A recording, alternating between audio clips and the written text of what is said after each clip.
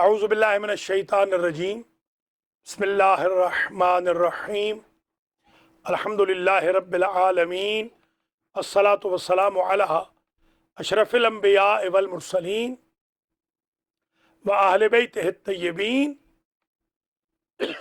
اما بعد فقد قال اللہ سبحانہ وتعالی بسم اللہ الرحمن الرحیم فلولا نفر من كل فرقة منهم طائفة ليتفقهوا في الدين ولينذروا قومهم إذا رجعوا إليهم لعلهم يحذرون۔ برادران و خواہران ایمانی، آج ہم رہبر معظم اولین انقلاب اسلامی و اسلامی جمہوریہ، مرجع اعظم، معلم اخلاق، نائب الامام حضرت آیت اللہ العظمیٰ حاج سید روح اللہ موسوی خمینی رحمۃ اللہ تعالی علیہ کی برسی کی مجلس سے امام حسین علیہ السلام سے خطاب کر رہے ہیں۔ سب سے پہلے تو میں امام زمانہ کی خدمت میں، مراجع کرام کی خدمت میں، رہبر معظم کی خدمت میں، حوزات علمیہ کے اساتذہ و طلباء کی خدمت میں، رجال دین، تمام شیعہ امام بارگاہوں مساجد کے متولیان کی خدمت میں، شیعہ سنی مسلمان بھائی بہنوں کی خدمت میں، اور دنیا بھر کے مظلوموں کی خدمت میں اس مرحوم و مغفور بطل جلیل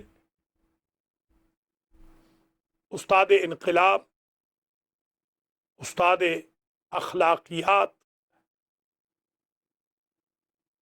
اور رہبر کی 31ویں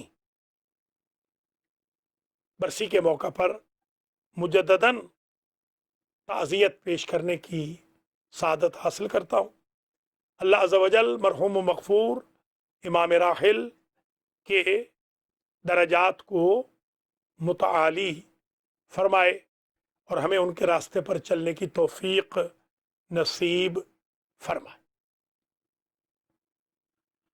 حضرات و خواتین، یہ مجلس جو منعقد ہو رہی ہے، اس کا میں خود ہی بانی ہوں اور میں خود ہی اس کا مقرر ہوں۔ اس میں کسی کی اور انوالومنٹ نہیں ہے۔ میرا دل چاہا کہ 31 سال اس ہستی کو دنیا سے گئے ہوئے ہو گئے ہیں، تو میں کچھ یادداشتیں، کچھ میموریز فریش کروں اور اپنے اس مرشد، اپنے بزرگ، اپنے محسن کو خراج عقیدت پیش کروں۔ اس میں نہ کوئی پولیٹیکل موٹیو ہے، نہ مجھے کسی سے کوئی داد تحسین چاہیے۔ ادائے فریضہ سمجھتے ہوئے پہلے بھی کرتا رہا ہوں، برسی کے موقع پہ آرٹیکل کا لکھ دینا، تقریر کر دینا، حوزہ علمیہ کے طلباء میں ان کی سیرت و کردار کے بارے میں کچھ بیانات پیش کر دینا، اور مجالس بھی پڑھی ہیں، یہاں پر بھی اور اپنے وطن میں بھی۔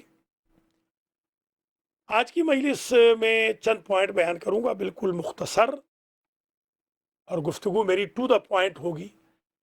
پہلا پوائنٹ آج میں میری مجلس کا جو میور ہے وہ یہ ہے کہ امام خمینی نور اللہ مرقدہ الشریف کوئی 13ویں امام نہیں تھے۔ امام ہمارے 12 ہی ہیں، ہم 12 امامی ہیں۔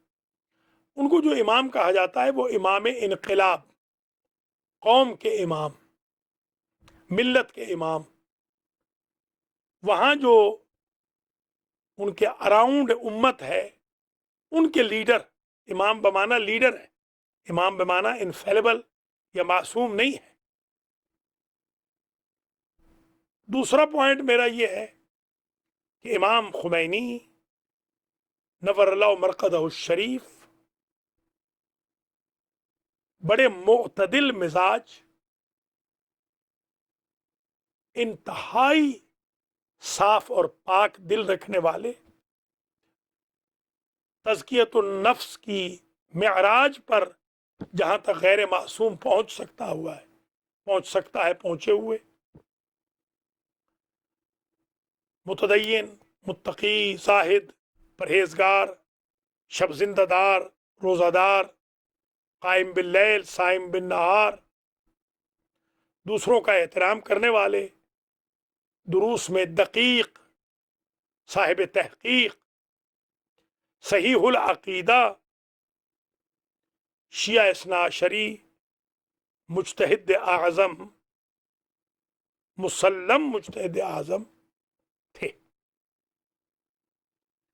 تیسرا پوائنٹ میری تقریر کا یہ ہے کہ بعض لوگ غلط فہمیاں پیدا کرتے ہیں، اور میں سوشل میڈیا پہ دیکھتا ہوں بعض اوقات کہ جب ایران میں وہ پکڑے گئے تو وہ مجتہد نہ تھے۔ استغفر اللہ ربی و اتوب الیہ۔ میرے بھائیوں، میری بہنوں، جب ان کو شاہ ایران نے پکڑا تھا اس وقت وہ درس خارج دیتے تھے، اور ان کے درس خارج کے طلبہ کی تعداد 1200 تک تھی، دونوں دروس خارج کی۔ آج اتنی تعداد مشکل سے ہوتی ہے۔ وہ مسلم مجتہد تھے، جو درس خارج پڑھا لیتا ہے وہ مجتہد ہوتا ہے۔ ضروری نہیں کہ وہ مشہور ہو،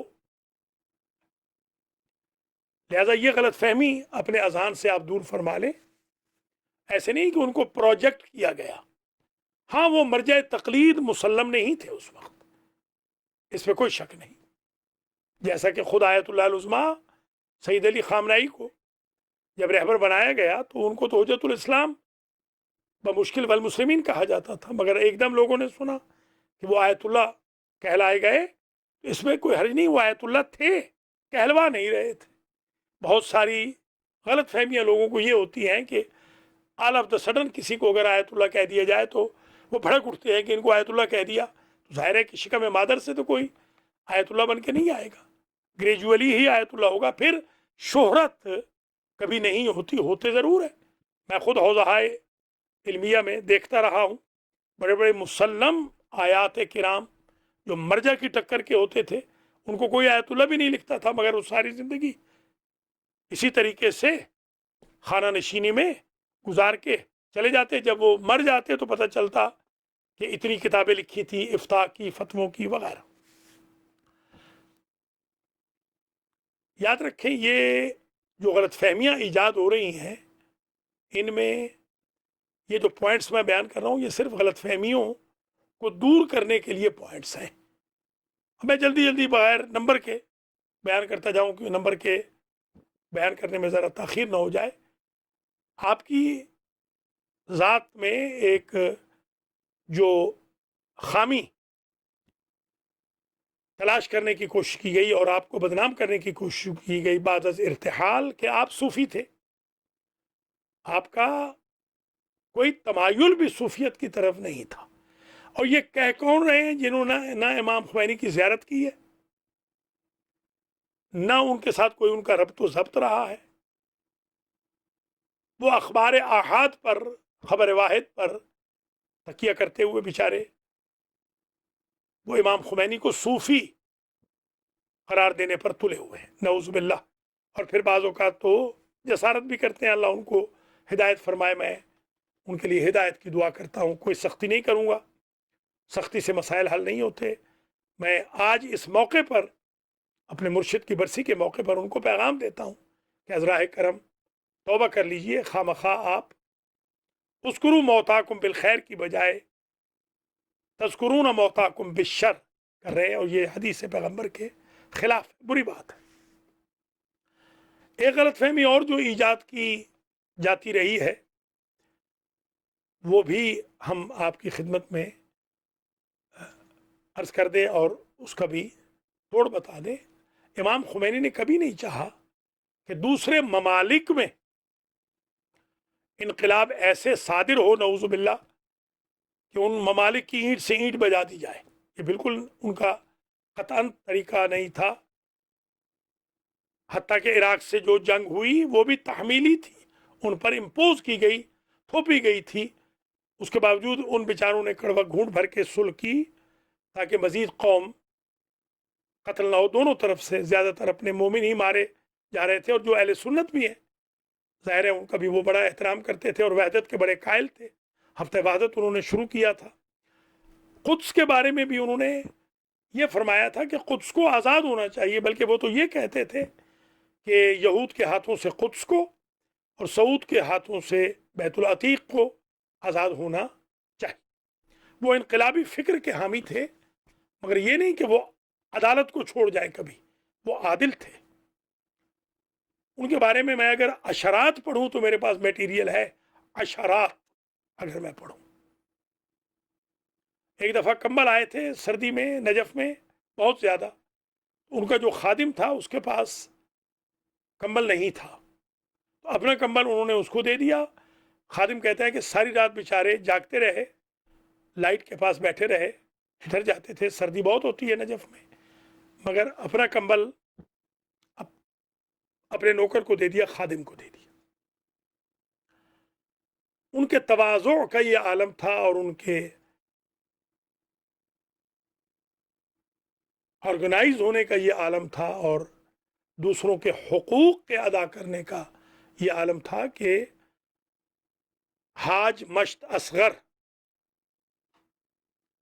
میرے ایک دوست تھے، بوڑھے تھے، آقا کی عمر کے ہوں گے، مگر میرے ساتھ ان کی بڑی دوستی تھی، میں ان کا کرایہ دار بھی رہا ہوں ایک زمانے میں. وہ مجھے واقعات بتاتے تھے. وہ آقا کے کوچوان تھے ایک زمانے میں. پھر ایک گھر میں بھی ہم رہے، وہ ظاہر بوڑھے تھے، اکیلے تھے، تو ہم بھی وہیں رہتے تھے دوسرے کمرے میں. تو بہت ان سے دوستی ہو گئی تھی. وہ بتاتے تھے کہ جب آقا گھر سے نکلتے تھے تو فرنٹ سیٹ پہ بیٹھتے تھے، اور جب گھر آتے تھے درس دینے کے بعد تو اسی وقت مجھے کرایہ ادا کر دیتے تھے، اور مجھے کبھی تو کر کے نہیں بلایا، آپ کر کے بلاتے تھے. حالانکہ یہ حاج مشتصر کہتے ہیں کہ میں بالکل اسکول گیا ہی نہیں، بالکل جاہل تھے یہ بیچارے. تو یہ ان کا اخلاق تھا، یہ ان کی. اچھا، وقت کی پابندی کے بارے میں وہ کہتے تھے کہ میں نے آلموسٹ ان کے بقول جو مجھے یاد آ رہا ہے کہ شاید انہوں نے بتایا کہ میں نے 13 سال پلس ان کا ٹانگا چلایا، تو 13 سال پلس میں ایک دن بھی وہ لیٹ نہیں ہوئے. ہمارے ہاں تو ماشاءاللہ مسٹر لیٹ ہی لیٹ ہے، نماز میں بھی لیٹ، اذان میں بھی لیٹ، قرآن میں بھی لیٹ، سپارے میں بھی لیٹ، مجلس میں بھی لیٹ، محفل میں بھی لیٹ. وہ کبھی لیٹ ہوتے ہی نہیں تھے. حتیٰ کہ ان کے دوستوں نے مجھے بتایا، جو شیخ صدقی ان کے شاگرد تھے، میرے بہت قریبی دوست تھے، آیت اللہ تھے خود، وہ امام جمعہ بھی تھے. انہوں نے میرے غریب خانے پہ بتایا قم میں کہ 13 سال اور کچھ مہینے کے وہ گواہ ہے، کہتے ہیں کہ 9 جب بجتے تھے تو آغا حرم امیر المومنین میں داخل ہوتے تھے. کبھی نہیں ہوا کہ 9:02 ہوا. تو ہم ان کی زندگی سے یہ چیزیں سیکھ سکتے ہیں، اخلاق سیکھ سکتے ہیں، ریگولر رہنا سیکھ سکتے ہیں، اپنے سے چھوٹے درجے کے لوگوں کو احترام سے بلانا سیکھ سکتے ہیں، پیسے کی ادائیگی، حقوق الناس کی ادائیگی سیکھ سکتے ہیں. دوسروں کے احترام میں میں نے انہیں دیکھا تھا کہ چھوٹا سا طالب علم بھی اگر چلا گیا ہے، چھوٹا سا طالب علم، تو وہ اس کے لیے کھڑے ہو جاتے تھے. آخری زمانے میں ذرا جب بیمار ہو گئے تھے تو نہیں کھڑے ہوتے تھے، مگر اس سے قبل تو میں خود اس کا آئی وٹنس ہوں کہ وہ طلبہ کی بے حد عزت کرتے، تکریم کرتے. مولائی تھے، درجہ اولا کے مولائی. اپنی ہر تقریر میں، درس میں مولا کائنات سلام اللہ علیہ، اہل بیت عصمت و طہارت، حضور پاک صلی اللہ علیہ وآلہ وسلم کے ساتھ عشق والہانہ حد تک وہ رکھتے تھے. بلکہ ان کا جو فتویٰ ہے سلمان رشدی کے خلاف، جو مینہٹن میں رہتا ہے، خود اس بات کی دلیل ہے کہ ان کو کس درجہ عقیدت تھی حضور پاک سے. اس سے بھی لوگوں نے غلط فہمیاں ایجاد کی اور کہا کہ انہوں نے اپنی کتابوں میں نعوذ باللہ مائل بغلوب ہونے کا اندیا دیا. استغفر اللہ ربی واتوب الیہ. ہم نے ان کی ہزارہ تقاریر اور دروس سنے ہیں ڈیکیڈز میں، ہمیں تو ایک بھی ایسی تقریر نظر نہیں آئی یا درس جس میں نعوذ باللہ وہ مائل بغلوب ہوں یا مائل بے صوفیت ہوں، ایک نظم کا حوالہ دے کر ان کی طرف یہ کہا جاتا ہے کہ یہ نظم انہوں نے لکھی تھی، یا گورباچوف کو جو انہوں نے لیٹر لکھا تھا. اگر آپ کسی ہندو کو لیٹر لکھیں اور ہندوؤں کی کسی لیڈر کا یا جن سے وہ امپریس ہوں حوالہ دے دیں، تو اس کا مطلب یہ نہیں ہوتا کہ آپ ہندو زدہ ہو گئے یا ہندوؤں کے عقائد سے آپ متاثر ہو گئے. اور وہ جو غزل تھی، نظم نہیں بلکہ غزل، اس غزل کی کئی توجیہیں ہو سکتی ہیں، ترجموں میں لوگوں نے خیانتیں کی ہیں. حضرات و خواتین، یہ ان مظلوم مجتہد کے ساتھ ہوا جو ضد انقلاب تھے. انہوں نے تو ویسے ہی ان کے کارٹون بنائے، اور جو ویسے لوگ ہیں بے وقوف قسم کے، ہمارے ہم وطن بھی، وہ بھی کارٹون بناتے ہیں ان کے. وہ بڑی ہستی تھے، بہت بڑے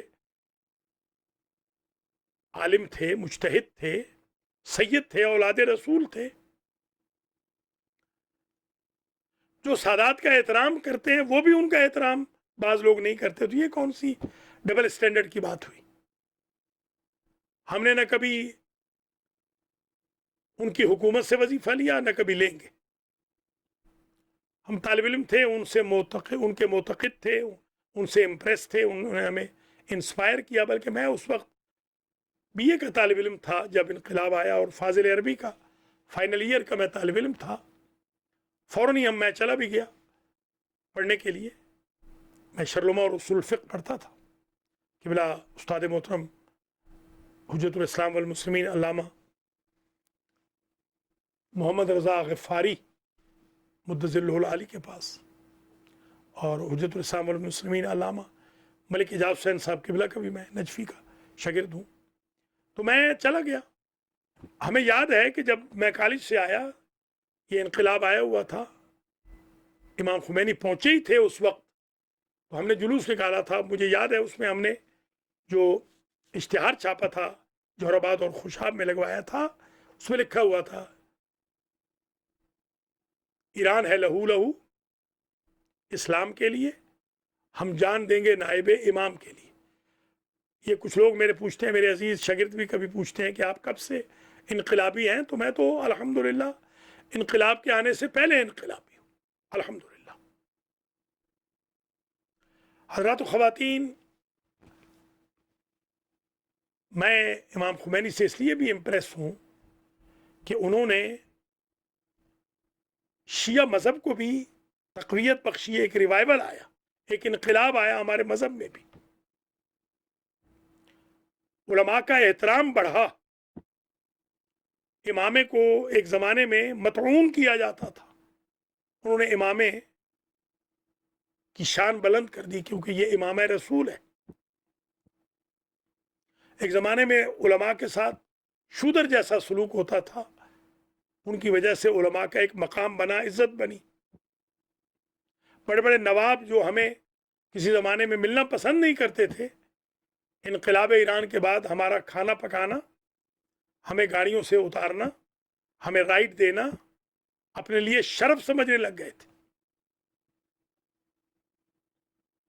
انہوں نے امامے کو عزت بخشی، انہوں نے مرجعیت کو مزید عزت بخشی، انہوں نے تشیع کو ڈیفینڈ کیا. اور تشیع کا صحیح تعارف جو ہوا وہ امام خمینی کے دور سے ہوا.